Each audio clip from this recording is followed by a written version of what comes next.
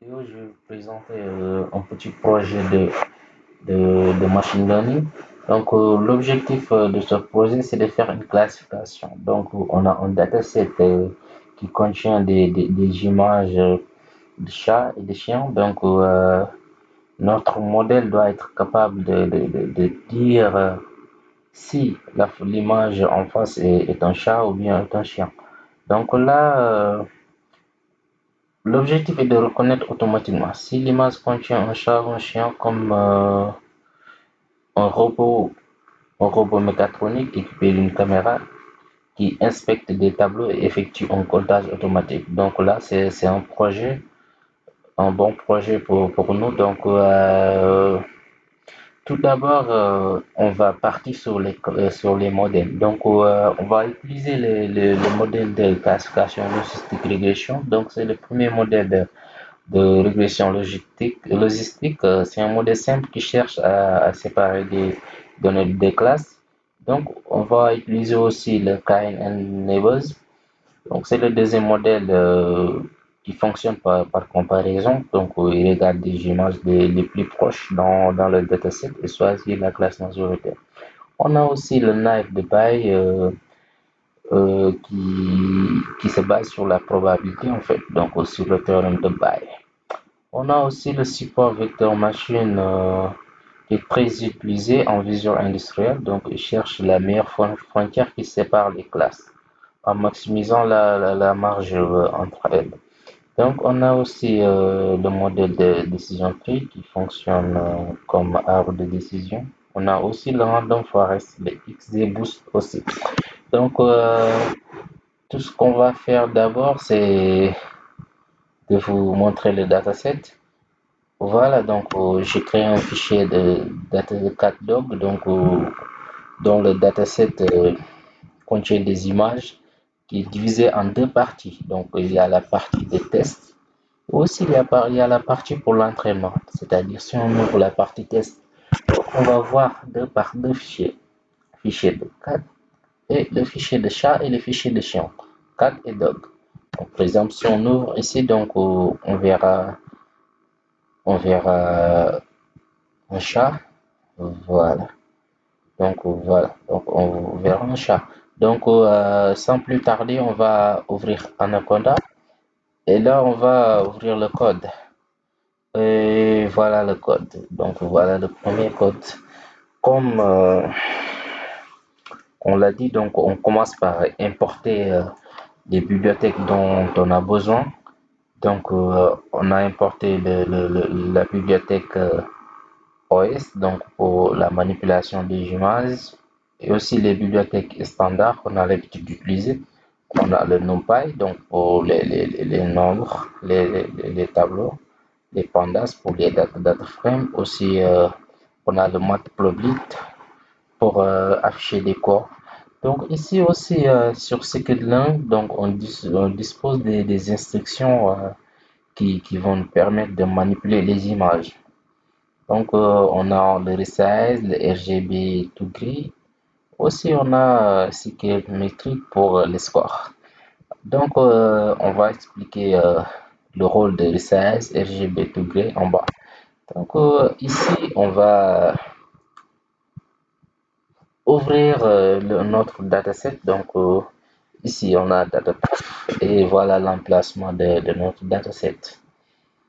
Ici on va faire un print data pour voir si notre dataset a été bien lu ou pas. Donc l'exécution, on voit que le contenu du dossier, on a la partie test et la partie train. Et voilà, donc on va continuer. Ici on a des fonctions. On a des fonctions donc qui vont nous permettre de faire le dimensionnement et la conversion de l'image. Donc en machine learning, donc il faut que les images soient bien traitées pour que le modèle puisse prédire comme il le faut. Donc comme on l'avait dit tout à l'heure, on a le resize. Donc le resize, donc c'est une fonction qui va nous permettre de modifier en fait les dimensions de l'image. Donc ici on a size 200 200. donc c'est-à-dire de longueur de son, de largeur de son. Donc c'est en pixels. Et ici, on a le RGB2 gray, donc ce qui va nous permettre d'afficher l'image en noir et aussi en gris. Voilà, donc ce sont des fonctions. Et ici, voilà, c'est la fonction qui permet l'affichage, donc de nous montrer les images. Donc ici, on a l'axe 0 IMSO original. Donc ici, on a le subplot. Le subplot, donc ça nous permet en fait d'afficher deux images. Donc d'image une ligne et deux colonnes. Donc on va diviser en fait le tableau. Donc ce sera préparé comme une ligne et deux colonnes. Donc sur chaque colonne, donc, ça contient une image. L'image en noir en premier, et c'est l'image originale, et l'autre image en gris. Donc ici on a fait appeler la fonction, donc on a appelé les fonctions. Par exemple, ici on va ouvrir par exemple l'image 9 PNG, donc, qui se trouve dans la partie de l'entraînement, donc plus particulièrement des champs. Donc ici, on a fait une modification de l'image, et aussi on a fait des changements donc de noir en gris. Voilà, donc ici on a deux images donc de couleurs différentes. Ici l'image est en gris, donc, comme on l'avait dit, donc c'est grâce à l'instruction RGB de gris. Donc ici, donc voilà, c'est une partie qui va nous permettre de préparer en fait des images et de les transformer. Donc plus qu'en machine learning, donc les images sont transformées donc pour que le modèle puisse comprendre et pour enfin de faire des prédictions. Donc ici, on a le X et le Y. Donc le X ici c'est l'image et le Y aussi c'est l'étiquette en fait, le label. Voilà, donc ici par exemple on va afficher 200 images ici.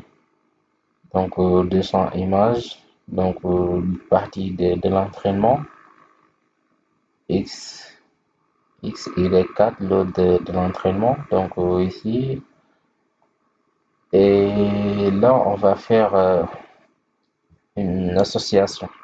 Donc avec le NP array, donc ici ça va faire l'association de X4 et Xdog. Ici. Voilà l'affichage. Donc le résultat de ce code. Donc, avec Anaconda, il y a l'exécution est un peu plus lente par rapport aux autres. Donc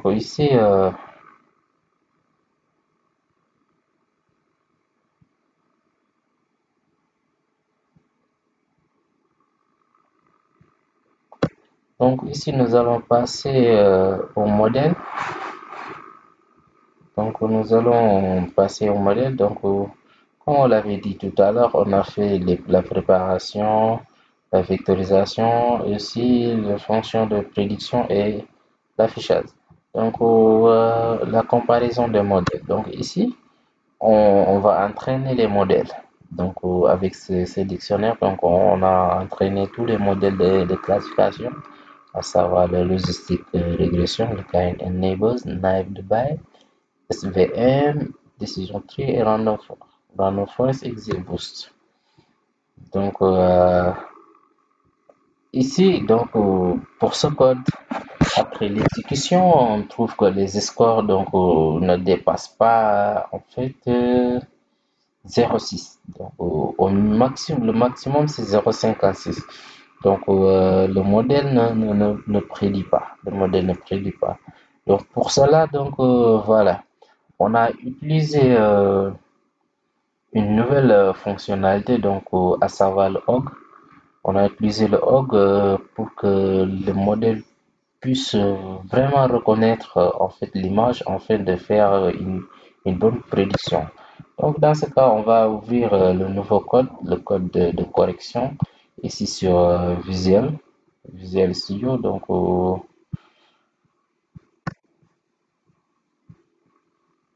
Voilà, donc ici on a le code de correction. Donc on a utilisé, comme on avait dit tout à l'heure, le HOG. Donc le HOG signifie histogram oriented gradient. Of oriented gradient. Donc cette méthode permet d'extraire des informations importantes comme les contours, les formes, l'orientation des objets dans l'image. Donc c'est une méthode très utilisée en vision industrielle. Voilà. Donc au lieu d'utiliser des pixels purs, le modèle apprend à partir de caractéristiques plus pertinentes. Donc cela permet aux algorithmes de machine learning de mieux distinguer les chats et les chiens. Donc grâce à cette correction, donc ici on verra que la précision des modèles augmente, comme on l'avait dit tout à l'heure. Donc ici on a importé importer le HOG, donc ici, Sky Image Feature Import HOG. Et là, donc, c'est le même code, hein, c'est le même code, juste qu'on a ajouté la fonctionnalité de HOG. Donc, on a importé le dataset, voilà, donc les fonctions qui vont permettre de lire. Et ici, voilà, donc, comme on avait dit tout à l'heure, donc, on a fait une petite manipulation sur les orientations c'est l'orientation, les contours, les formes de l'objet de l'image en fait. Voilà. Donc on va exécuter ce code donc, pour voir ce que ça va donner. Et après l'exécution, donc on verra que voilà. Donc les deux derniers modèles, le XBoost et le Random Forest, donc ce sont des modèles qui prédisent à 0,7. Donc à 70%, même aussi le SVM à 69%. Donc là, dans ce cas, on va prendre le meilleur modèle, soit le XGBoost ou bien le Random Forest.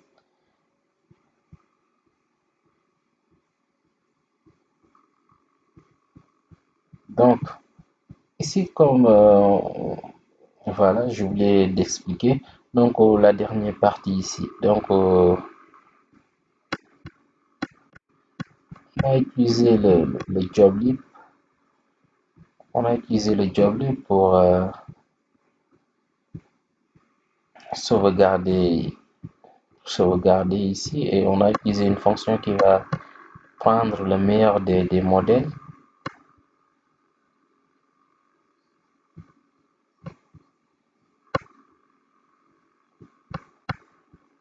Voilà, le voilà ici. Voilà ici. Donc, on a utilisé un programme qui va extraire le meilleur des modèles. Et là, à l'aide de Joblib, donc, on va faire le sauvegarde du meilleur modèle pour l'application. Donc, ici, voilà donc le programme de l'application. Donc, après avoir lancé le programme, donc nous retrouvons cette interface. Voilà ici. On a l'interface ici. Et là, ce sont les paramétrages de l'application. Donc ici, c'est à nous de choisir. Par exemple, si c'est on utilise un système qui va utiliser d'autres cartes comme Raspberry ou bien PC industriel, donc c'est à nous de voir, de faire de régler les paramètres. Voilà, ici, le mode sécurité, tout. Donc, c'est à nous de régler ces paramètres. Donc, on a les caméras embarquées. Ici, on va choisir, par exemple, cette image pour voir.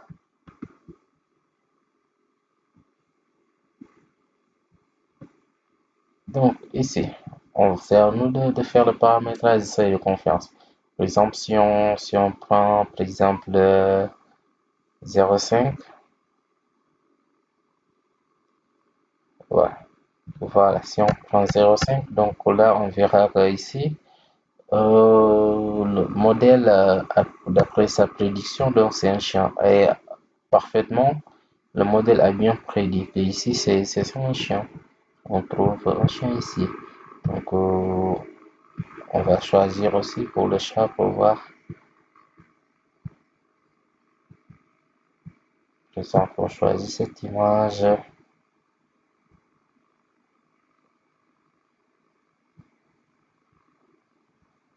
Voilà, donc ici, on a un chat. On a un chien. Donc, pour le programme qu'on a exécuté tout à l'heure, on avait la prédiction nous a donné un chien. Ici, la deuxième prédiction, donc c'est un chat. Voilà, donc c'est à nous de choisir ici le seuil de confiance. Et là, si le modèle, par exemple, prédit, si on choisit 0,6 et que la confiance n'atteint pas 0,6, donc là, la prédiction ne sera pas faite. Donc là, c'est à l'humain en fait de corriger ou bien de choisir, de faire la prédiction afin de passer à l'image suivante. Et merci beaucoup, j'espère que cette vidéo vous a plu. Donc, n'hésitez pas à abonner et liker. Donc, je vous salue et aussi je vous invite à abonner donc pour la prochaine vidéo. Merci beaucoup pour votre attention.